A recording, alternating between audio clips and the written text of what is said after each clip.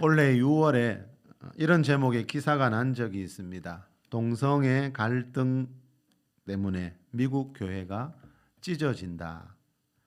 이 동성애 문제 때문에요. 2019년 이후부터 미국 감리교단에 속한 교회의 18%에 해당하는 5,500개의 교회가 교단을 탈퇴했다 그럽니다.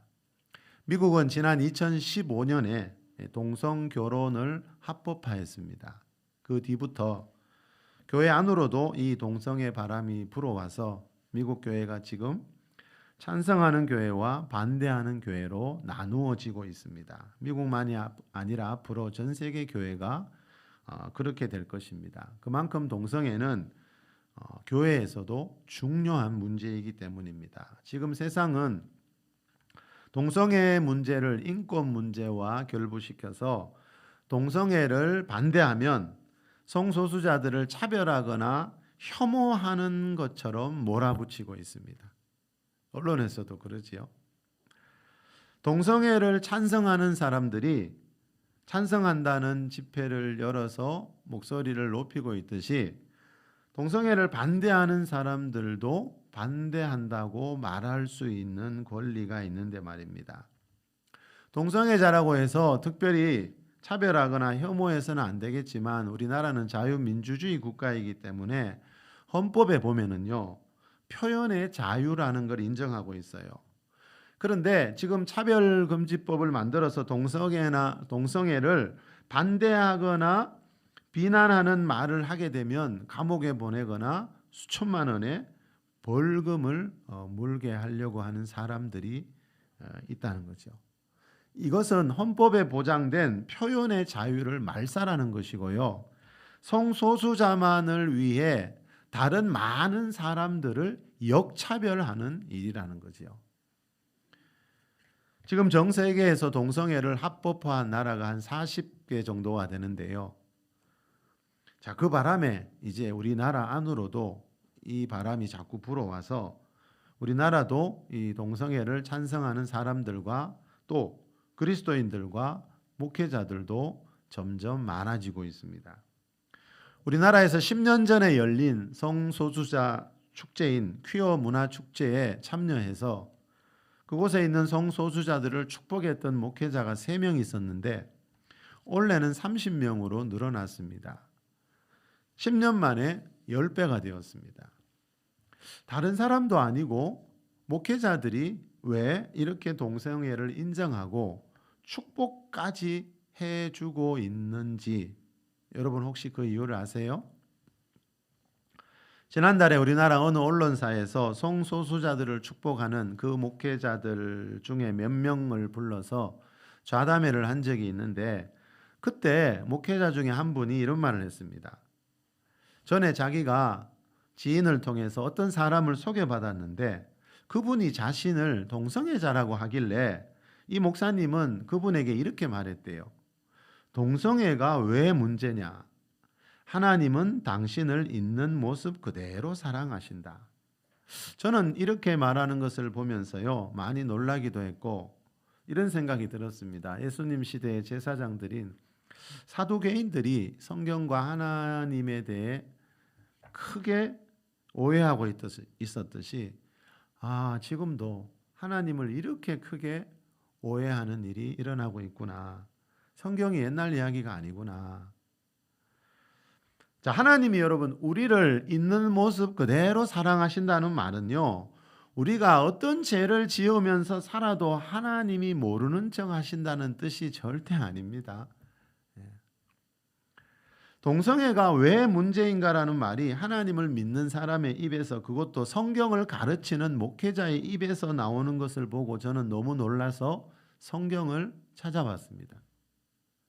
왜냐하면 과연 하나님도 동성애를 아무 문제가 없다고 하시는지 그것이 중요하기 때문입니다. 하나님을 믿는 사람이라면 하나님 말씀이 기록되어 있는 성경이 무엇이라고 말씀하고 있는가 하는 것이 삶의 기준이 되어야 합니다.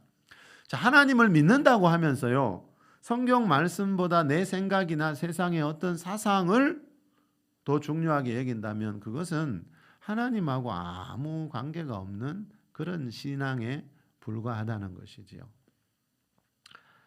자, 오늘 본문에 보면요, 하나님이 이 동성애 문제를 어떻게 생각하고 계시는지 너무 분명하게 나오고 있습니다. 우리 오늘 본문 중에 레위기 18장 22절, 23절 한 번 더 읽어보겠습니다. 너는 여자와 동침함 같이 남자와 동침하지 말라. 이는 가증한 일이니라. 너는 짐승과 교합하여 자질을 더럽히지 말며 여자는 짐승 앞에 서서 그것과 교접하지 말라. 이는 문란한 일이니라. 자, 그것과 교접하지 말라. 그것은 동물이지요. 자, 그것과 교접하는 것은 문란한 일이니까 이런 일 하지 말라는 거죠. 자, 문란한 일. 동물하고 교접하는 것은 문란한 일입니다. 자, 교접이라는 이 단어는요, 언어의 의미가 뭔가 하면 눕다, 엎드리다라는 말에서 나왔는데 성관계를 뜻하는 겁니다. 이게 무슨 말입니까? 짐승하고 성관계 하지 말라는 겁니다. 사람이 짐승과 성관계를 하는 것은 하나님이 보실 때 문란한 일이기 때문에, 그만큼 무거운 죄이기 때문에 이런 행동은 하지 말라는 겁니다. 그랜드 주석에 보니까 이 구절을 이렇게 설명하고 있었습니다. 고대 근동 지역에서는 우상 숭배할 때 의식의 일부로 국가의 수호신으로 여기고 있는 동물과 성관계를 맺는 일이 빈번하였다. 예를 들면 수렴소를 숭배했던 애굽에서는 여자들이 수렴소와 성관계를 가졌고, 로마에서는 개와 성행위를 하였다. 자, 동물과 성행위를 하는 이런 일들이요, 고대 근동 지방에서만 있었던 것이 아니라 지금 우리 시대에도 전 세계에서 일어나고 있더라고요. 우리나라에도 이미. 2017년도에 미국의 어느 동물보호소의 한 직원이요, 거기 맡겨놓은 동물과 성관계를 하는 영상을 스스로 촬영했다가 기소가 된 적이 있습니다. 2015년도에는요, 그때까지 동물과의 성관계가 허용되었던 덴마크에서 앞으로는 동물 매춘이 금지된다는 법이 만들어졌습니다. 덴마크의 윤리위원회에서 그 동물의 어느 특정 부위에 자꾸 병이 생기는 걸 보고, 그 특정 부위에 생긴 병 중에 17%는 인간과 동물의 성관계 할 때 생긴 병이라는, 그때 발생한 것이라는 것으로 의심된다는 보고서를 낸 적이 있습니다. 그래서 동물 보호 단체들이 정부에 계속해서 항의해온 결과 이제 동물과의 성관계는 금지하겠다는 법안이 그때 통과가 되었습니다. 이 소식을 전하는 기사에 보니까요, 현재 헝가리, 핀란드, 루마니아는 동물과의 매춘, 사람이 동물과 매춘, 성관계하는 것을 허용하고 있다 그럽니다. 올해 2월이죠. 우리나라 언론에도 이런 제목의 기사가 나온 적이 있습니다. 동물에게 성매매까지 시키는 게 사람이라니까요. 자, 동물에게 돈을 벌기 위해서 동물에게 사람과의 성매매를 시키는 것이 사람이라는 거죠. 이 기사에 보니까 동물을 묶어놓고요, 사람과 성매매를 시키는 사람들 이야기가 나오는데, 우리나라에도 몇 년 전에 개와 성관계한 후에 이 개를 죽인 사건이 있었지요. 자, 이런 일이 일어난다는 것을, 어느 시대에나 이런 일이 일어난다는 것을 하나님이 잘 알고 계시기 때문에 오늘 본문 말씀인 레위기를 통해서 지금부터 약 3,500년 전에 하나님이 이 말씀을 하시고 있는 겁니다. 하나님은 사람이 어떤 존재인지를, 사람이 어디까지 어떻게 될지를 가장 잘 알고 계시기 때문에. 자, 22절은 뭡니까? 동성애 이야기입니다. 동성애 여기 나오죠. 이제 동물과의 성관계 이야기를 한 뒤에 하면서 그 앞에 보니까 동성애 이야기를 미리 하고 있지요. 너는 여자와 동침함 같이 남자와 동침하지 말라는 말은 남자끼리는 동성애를, 성관계를 하지 말라는 겁니다. 이는 가증한 일이니라. 자, 이렇게 하나님은 짐승과의 성관계도 금지하셨고 동성 간의 성관계도 금지하고 있다는 겁니다. 그런데 성경은 하나님은 이 동성애만 이렇게 죄라고 말씀하시진 않습니다. 그렇죠? 십계명에 보면 여러분 살인하지 말라, 간음하지 말라, 도둑질하지 말라는 말씀들이 나오죠. 자, 이런 말씀들을 어기는 것이 죄이듯이 동성애 역시 사람들이 하나님 앞에서 짓는 많은 죄 중에 하나라는 거죠. 자, 성경이 이렇게 여러분 분명하게 동성애에 대해서 말씀하고 있는데 왜 일부 목회자들은 동성애가 아무 문제가 되지 않는다는 말을 하고 있을까요? 똑같은 성경책을 보면서 말입니다. 성소수자들의 인권을 강조하는 사람들은요, 동성애를 반대하는 교회들을 보고 동성애자들을 차별하고 혐오한다고 막 몰아붙이는 경우가 요즘 많이 있죠. 그렇지만 여러분 한번 생각해 보세요. 담배를 많이 피워서 폐암에 걸린 사람들을 보고 의사들이 담배 끊으라고 하는 것은 폐암 환자를 혐오해서가 아니잖아요. 폐암 환자를 혐오해서가 아니고 담배가 몸에 나쁘기 때문에 그렇게 말하듯이 마찬가지로 교회가 동성애를 반대하는 것은 동성애자를 혐오하는 것이 아니고요. 그 동성애 자체가 나쁘다고 말하고 있는 겁니다. 담배가 나쁘듯이 동성애가 나쁘다고 말하는데 사람들은 그죠? 어거지를 쓰면서 막 몰아붙이잖아요. 자, 죄는 미워해도 죄인은 사랑하라는 말이 있죠. 교회는 동성애자를 혐오하라고 하는 것이 아니라요. 동성애라는 죄를 지적하고 있을 뿐이라는 거죠. 하나님이 그러면 왜 동성애를 못하게 하실까? 이 동성애의 결과는 무엇일까? 자, 오늘 본문을 보면 잘 알 수 있습니다. 자, 우리 24절로 내려가 봅시다. 24절입니다. 너희는 이 모든 일로 스스로 더럽히지 말라. 내가 너희 앞에서 쫓아내는 족속들이 이 모든 일로 말미암아 더러워졌고. 자, 이 모든 일, 이런 성적인 죄를 지으면 자, 하나님 앞에서 쫓겨나게 됩니다. 하나님과의 관계가 영원히 끊어지게 된다는 거죠. 그래서 너희는 이 모든 일로 스스로 더럽히지 말라. 자, 여기서 말하는 이 모든 일 중에 뭐가 포함됐다고요? 방금 살펴본 두 가지. 짐승과의 성관계, 동성 간의 성관계. 자, 요 두 가지가 분명히 이 모든 일에 포함됐다는 것은 우리가 쉽게 알 수 있겠지요. 자, 그리고 오늘 말씀 앞에 보면 앞부분은 안 읽었는데 그 6절 이하에 보면 무슨 이야기가 나오냐면요. 친척들과 성관계하지 마라. 가족들과 성관계하지 마라. 어머니와 성관계하지 말고 네 자녀들과 네 손녀들과 네 고모하고 네 이모하고 성관계하지 마라. 이런 말씀들이 구체적으로 계속 나옵니다. 왜요? 사람이 이런 존재이니까요. 예. 이렇게 나와 아주 가까운 관계를 맺고 있는 내 친척, 가족, 심지어 어머니, 이런 사람들하고도 성적인 관계를 맺을 수 있는 것이 사람이기 때문에 하나님이 그것을 알고 있기 때문에 죄로 인해 타락한 사람의 현주소가 어떤 것인지 하나님은 너무나 잘 아시기 때문에 이미 3,500년 전에 이 모세를 통해서 이 말씀을 하시고 있는 거예요. 자, 오늘 본문이 소속되어 있는 레위기 18장에서 말하는 것은 거의 다 성적인 죄입니다. 성적인 타락입니다. 너희는 이 모든 일로 스스로 더럽히지 말라는 말은요, 이런 성적인 죄를 지을 때 사람은 즐겁고 행복해지는 게 아니고요, 실제로는 더러워지고 있다는 겁니다. 내가 너희 앞에서 쫓아내는 이 족속들이 이 모든 일로 말미암아 더러워졌느니라. 자, 오늘 본문에 나오는 이 출애굽한 이스라엘 백성들은 지금 광야를 지나서 가나안 땅을 향해 가고 있지요. 그런데 그 가나안 족속들은 지금 이런 일들을 다 저지르면서 살고 있다는 거예요.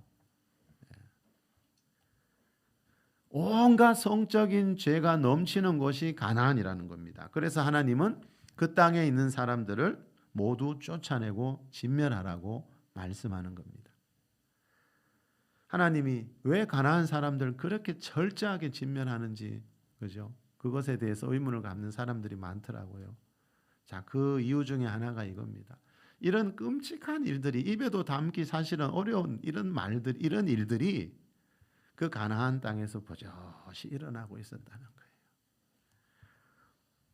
자, 하나님이 가나안을 심판하시는 이유는요, 하나님이 하나님의 형상대로 창조한 남자와 여자들이 이 성적인 죄로 너무 더러워졌기 때문입니다. 이 동성애가 얼마나 심각한 일인지, 사람에게 얼마나 피해를 끼치는 비정상적인 관계인지를 가르쳐주는 한 가지 통계 자료가 지난 8월 달에 어느 기사에 나온 적이 있습니다.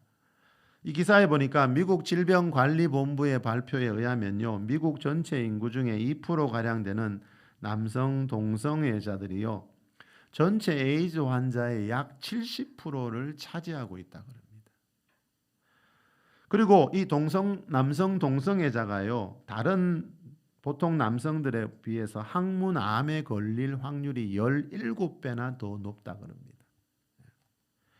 세계보건기구와 영국 보건당국 발표에 따르면요, A형 간염 확산의 주된 요인은 남성 동성애라는 말을 했습니다. 우리나라 질병관리청 발표에 따르면요, 2022년에 우리나라 사람들 중에 성접촉으로 에이즈에 감염된 사람들을 조사해 보니까 약 60%는 10명 중에 6명은 동성 간에 일어난 성접촉 때문에 에이즈에 걸렸다 그럽니다. 지난 2022년이지요. 이 성소수자 인권단체에서 우리나라 사람 만 19세에서 34세 우리나라 동성애 청년들을 대상으로 조사해 보니까 일반 청년들보다 동성애 청년들의 자살 시도가 15배나 더 많았다 그럽니다.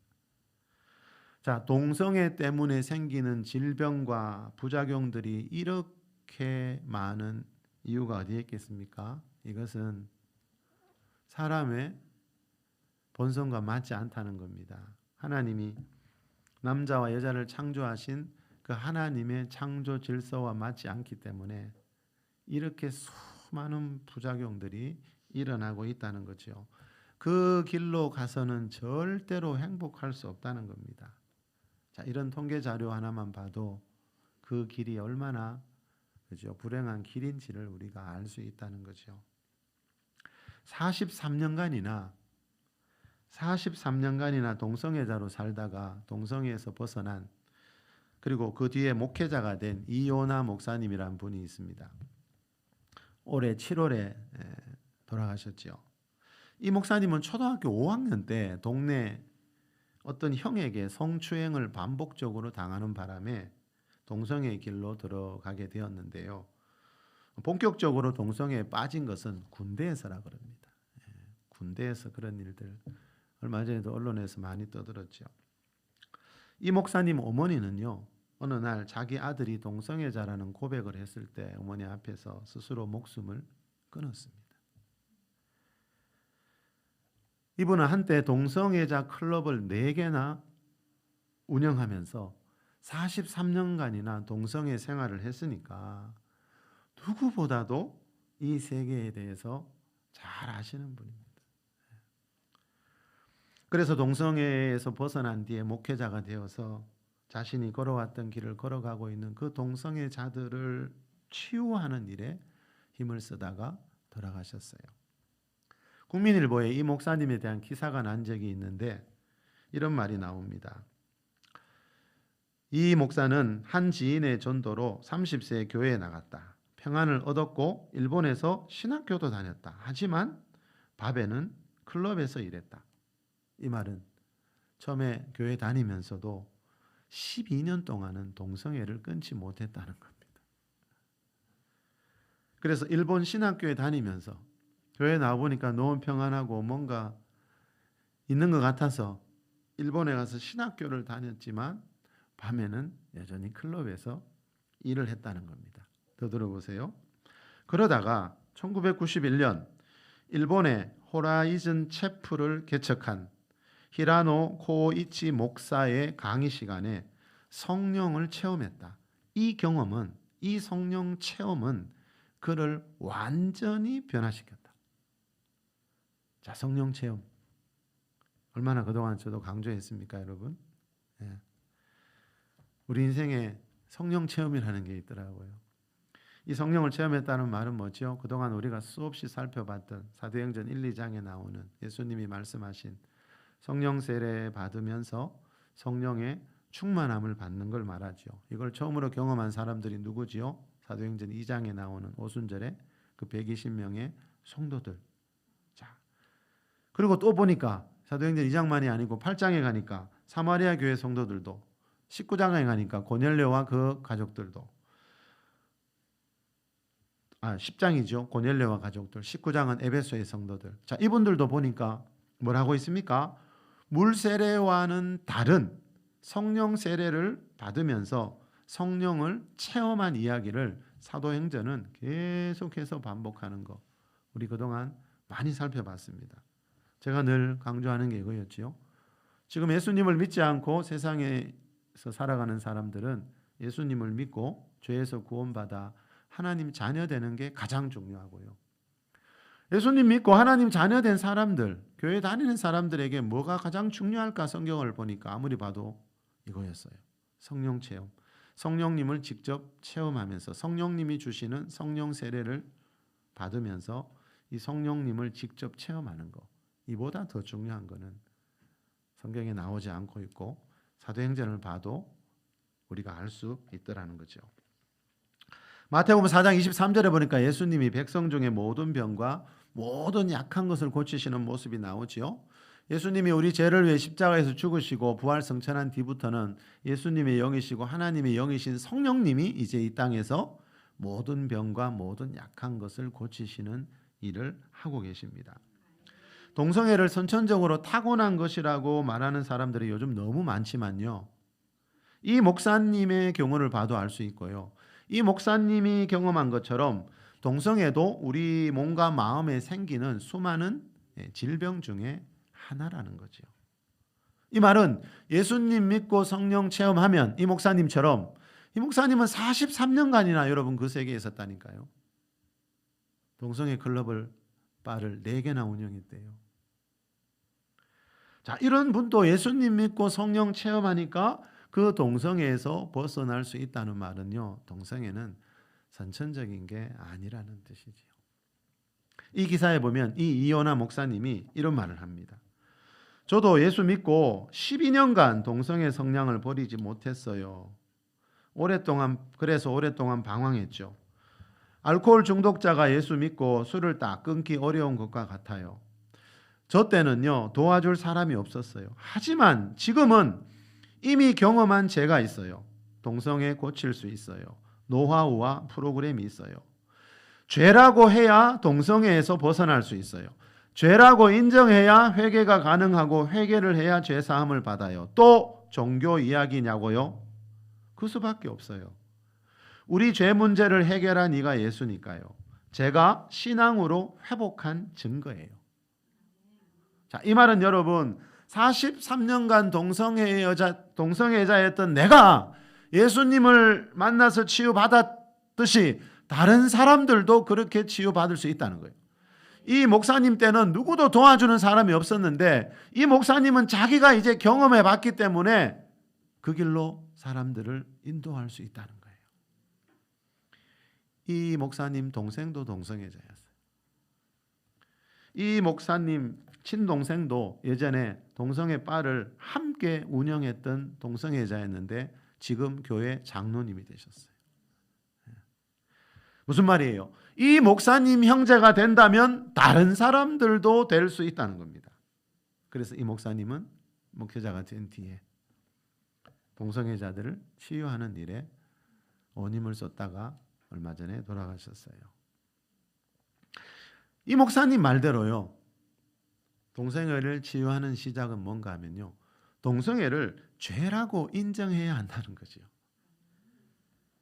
죄라고 인정하고 회개하면 누구나 하나님의 치유를 받을 수 있는데 세상 사람들은 그렇다 하더라도 목회자들이 동성애가 죄가 아니라고 하면서 그 길을 계속 가게 만드는 안타까운 일들이 우리가 살아가고 있는 이 땅에서 한국 교회 안에서 일어나고 있다는 거예요.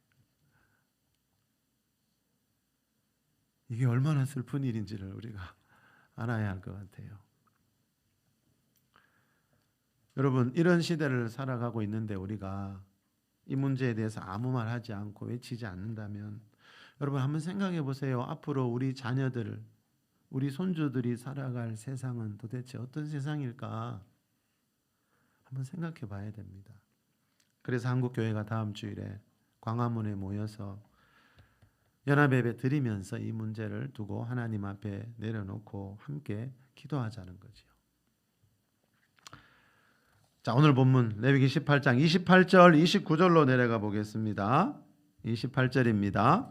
너희도 더럽히면 그 땅이 너희가 있기 전 주민을 토함같이 너희를 토할까 하노라. 이 가증한 모든 일을 행하는 자는 그 백성 중에서 끊어지리라. 이 가증한 모든 일을 행하는 자는 그 백성 중에서 끊어진다는 말은 그 백성, 하나님 백성, 더 이상 하나님 백성, 내 백성이 아니다라는 뜻이죠. 이런 일을 해서는 하나님이 하나님을 암만 주여 주여 하고 열심히 믿어도 하나님이 하나님의 백성으로 인정하지 않는다는 거죠. 너희도 더럽히면, 자, 가나안 사람들이 그런 죄를 지어서 그 땅을 더럽혔듯이 너희도 더럽히면 그 땅이 너희가 있기 전에 살던 주민들을 토해낸 것 같이 너희들도 토해낼 거다. 너희들은 내 백성이 아니다는 거죠. 하나님의 백성들이 해야 될 일이 있고 하지 말아야 될 일이 있어요.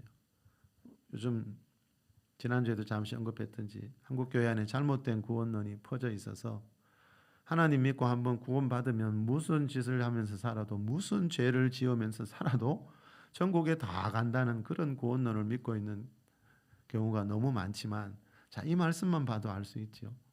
내 백성 됐잖아요. 지금 애굽에서 나와서, 그렇죠? 시내산에서 이 십계명과 율법 받아서 언약식 맺고 벌써 하나님 백성 된 사람들이잖아요. 그런데 너희들 앞으로 가나안에 들어가서 그 가나안 사람들이 지었던 그런 성적인 죄를 지으면 그 사람들이 그 죄 때문에 땅이 토해내서 쫓겨나고 진멸당했듯이 너희들도 그 길로 간다. 그런 일 하고 살면 너희들 더 이상 내 백성 아니다. 지금 그 말씀하고 있잖아, 하나님이요. 이게 그렇게 어려운 말씀이 아니잖아요. 자, 너희도 더럽히면, 여러분, 우리가 죄를 짓고 우리 몸을 더럽히면요, 우리가 사는 땅도 더러워져요. 우리가 여러분 세상에서 살아가고 있는 그 모습이 어떠한가에 따라서 우리가 살아가는 땅이 더러워질 수도 있고 하나님 보실 때 하나님이 임재하실 수 있는 거룩한 땅이 될 수도 있다는 거예요.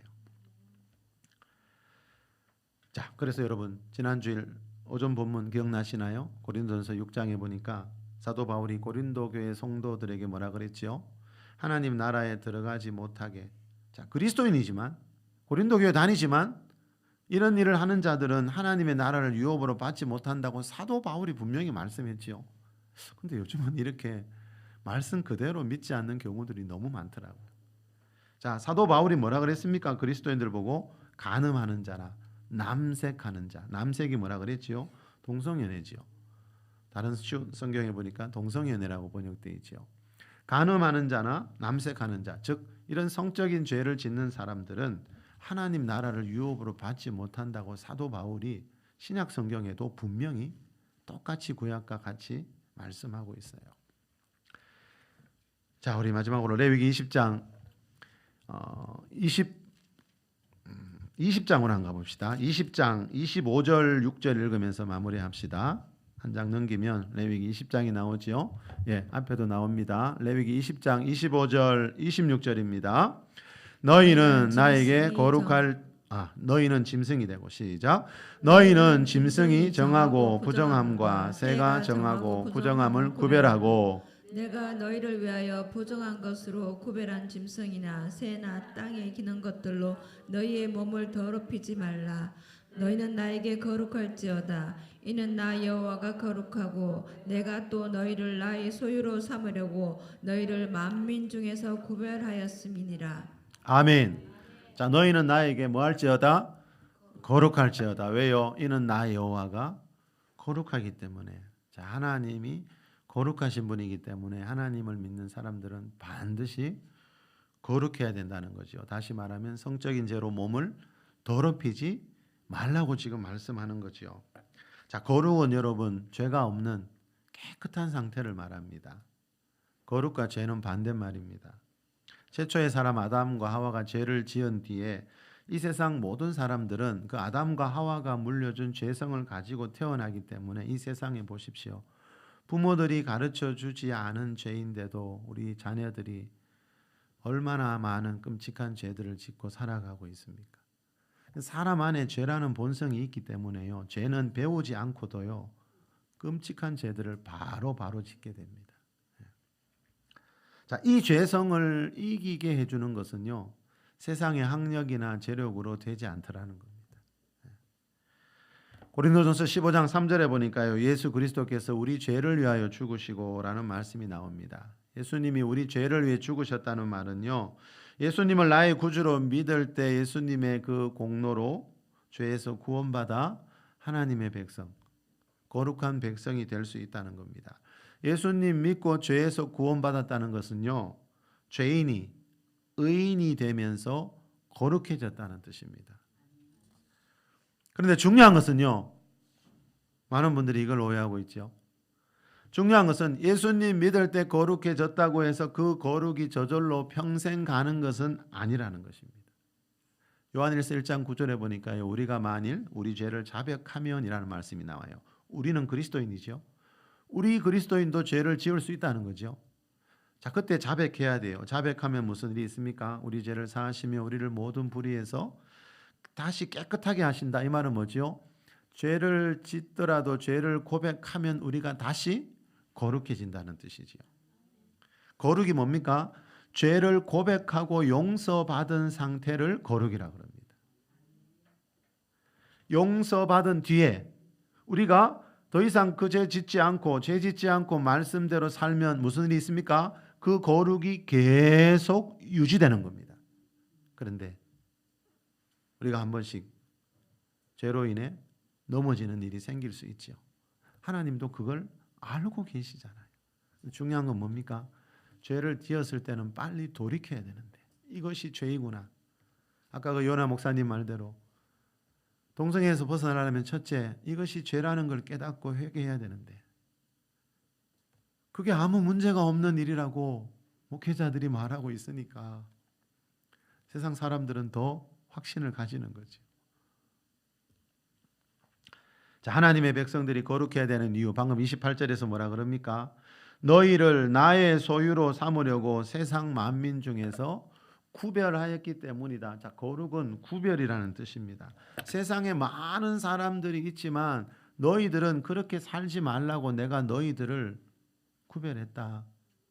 그게 거룩입니다, 여러분. 하나님 보실 때 다른 사람과 다른 길을 가는 것. 세상 모든 사람들이 다 그렇게 살더라도 그 길로 가지 않는 것. 그게 거룩이에요. 자, 거룩이 왜 중요합니까? 거룩을 잃어버리면요, 여러분. 우리가 교회 평생 다니고 다른 거 아무리 열심히 해도 마지막 날에 하나님을 만날 수가 없기 때문이에요. 더 이상 너희는 내 백성이 아니라 그랬잖아요. 토하여 내겠다 그랬잖아요.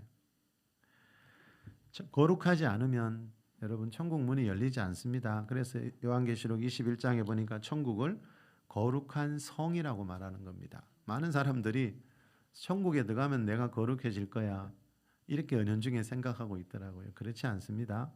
천국은 이 땅에서 거룩해진 사람들이 들어가는 성이기 때문에 거룩한 성이지 천국에 들어가서 거룩해지는 거 아닙니다. 그러면 예수님의 피는 뭡니까? 그럼 하나님 말씀은 뭡니까? 그럼 성령님은 뭐가 됩니까? 우리는 이상하게 하나님을 반대로 거꾸로 믿는 경우들이 요즘 너무 많더라고요. 그래서 성경이 무슨 말씀을 하는가? 우리는 하나님 믿으려고 교회 다니잖아요. 그러면 하나님 말씀보다 더 중요한 게 없어야 되잖아요. 그런데 우리는 자꾸 하나님 말씀 위에 다른 걸 올려요.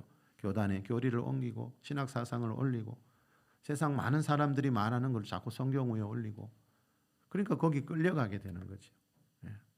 우리가 정말로 하나님을 믿는다는 것은 하나님을 말씀을 첫째로 두는 것인 줄 믿습니다. 25절에 보니까 짐승이나 새나 땅에 기는 것들로 너희 몸을 더럽히지 말라 그래요. 이 말은 뭐지요? 구약 세대는 하나님의 백성들이 먹어야 될 짐승, 동물이 있고 먹지 말아야 될 짐승이 있었지요. 음식법이 있었지요. 하나님이 먹지 말라고 하는 음식을 먹으면 성적인 죄를 지을 때처럼 더러워진다는 거죠. 하나님의 백성들이 먹어야 될 음식이 있고 먹지 말아야 될 음식이 있다는 말은 하나님의 백성들이 해야 될 일이 있고 하지 말아야 될 일이 있다는 거예요. 해야 될 말이 있고 하지 말아야 될 말이 있다는 거예요. 해야 될 말을 하면 그게 거룩이고요. 하지 말아야 될 행동을 하면 그게 더러워지는 거고요. 그래서 하나님 말씀은 하라와 하지 말라입니다. 이 시간 설교 제목이 하나님이 주신 성입니다. 하나님이 주신 성. 여러분 남녀의 부부의 그 성이 어디에서 왔습니까? 하나님이 주신 선물인데 안타깝게도 우리는 자꾸 세상의 어딘가에서 그 성을 배워요. 그러다 보니까 이 교회 안에도요. 이 성에 대한 왜곡이 얼마나 넘쳐나는지 모릅니다. 제가 예전에 성에 대한 설교를 몇 번 했더니 젊은 여집사님들이 너무 놀래더라고요. 그런 말을 어떻게 강단에서 그렇게 할 수 있냐고. 왜 할 수 있을까요? 그 성을 만든 분이 하나님이거든. 그 말은 뭐지요? 하나님이 성을 만들어서 주셨는데 하나님한테 안 배우고 우리는 다른 데서 배우고 있다는 거죠. 참 안타깝더라고요. 자, 하나님이 주신 성. 자, 여러분 중요한 것은요. 이 성이라는 선물은 하나님이 결혼하지 않는 남자와 여자에게 주신 게 아닙니다. 젊은 남자와 여자에게 주신 게 아닙니다. 이 성이라는 선물은 결혼한 남편과 아내에게 주신 것인데 결혼 전에 이걸 누리다 보니까 얼마나 많은 또 부작용들이 일어나고 있습니까? 하나님은 여러분 사람은요 하나님이 창조한 피조물이기 때문에 하나님의 뜻대로 살지 않고 하나님 뜻을 거역하면서 죄를 짓게 되면요 죄의 결과물인 가난과 질병과 죽음이라는 고통을 반드시 경험하게 됩니다. 성경이 말하는 게 그겁니다. 좀 전에 말씀드린 동성애자들이 겪고 있는 그 다양한 질병과 그 사연들도 결국 그 중에 하나라는 거죠. 디모데전서 4장 5절에 보니까요. 하나님이 지으신 모든 것이 선하매라고 나와요. 이 모든 것 중에 부부의 성생활도 포함됐겠지요. 하나님이 지으신 모든 것, 하나님이 지어서 우리에게 주신 모든 것은 선하매. 이 말은 뭐지요? 하나님이 주신 성은 아름답고 거룩한 것이라는 거지요. 죄성을 가진 사람들이 잘못 사용해서 더럽히고 있다는 거죠. 자, 여러분, 이 거룩, 하나님이 거룩하지 않은 걸, 거룩하신 하나님이 거룩하지 않은 걸 우리에게 줬겠습니까? 이 말은 부부의 성은 거룩하고 성스러운 것인데 사람들이 자꾸 더럽히고 있다는 거예요. 자, 거룩은 성경에서 말하는 가장 대표적인 하나님의 성품입니다. 방금 말씀하셨듯이 나 여호와가 거룩하니 너희도 거룩하라 말씀합니다. 우리 한 사람 한 사람이 거룩해야 여러분 이 교회도 거룩해지고요. 이 도시도 이 나라도 거룩해질 수 있습니다. 다음 주일에 광화문에서 열리는 한국교회 연합예배 주제가 뭐라 그랬지요? 건강한 가정, 거룩한 나라이죠. 거룩한 나라. 건강한 가정, 거룩한 나라가 되지 못하게 가장 방해하는 게 뭡니까, 여러분? 성적인 죄, 성적인 타락입니다. 로마가 성적인 타락으로 무너졌다는 말이 있죠. 그 전 세계를 지배했던 로마가요. 군대가 없어서 무기가 없어서 무너진 게 아니고요. 성적인 타락 때문에 무너졌다는 말이 있습니다. 우리나라 관통죄가 폐지된 이후에요. 이 성적인 죄들이 더 넘쳐나고 있죠. 옛날에는 그 법이 무서워서라도 그죠? 조금씩 주춤했는데 요즘은 간통을 해도 처벌받지 않으니까 죄들이 너무 넘쳐나는 것 같아요. 그런데다가 여러분 차별금지법이 생겨서 이 동성결혼까지 합법화되면요. 이 나라는 지금과는 차원이 또 다른 한 번도 경험해 보지 못한 이상한 길로 가게 될 겁니다. 이 세상에 수많은 단체들이 있지만 여러분, 하나님이 직접 만드신 것은 가정과 교회밖에 없습니다. 이 말은 어느 시대나 마귀의 공격 목표는 가정과 교회라는 뜻입니다.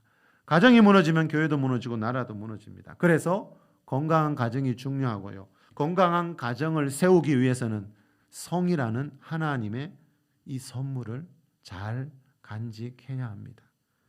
건강한 가정, 거룩한 나라를 세우기 위해 우리도 더욱 깨어서 한국교회와 함께 기도하는 일에 동참할 수 있기를 예수 그리스도 이름으로 축원합니다.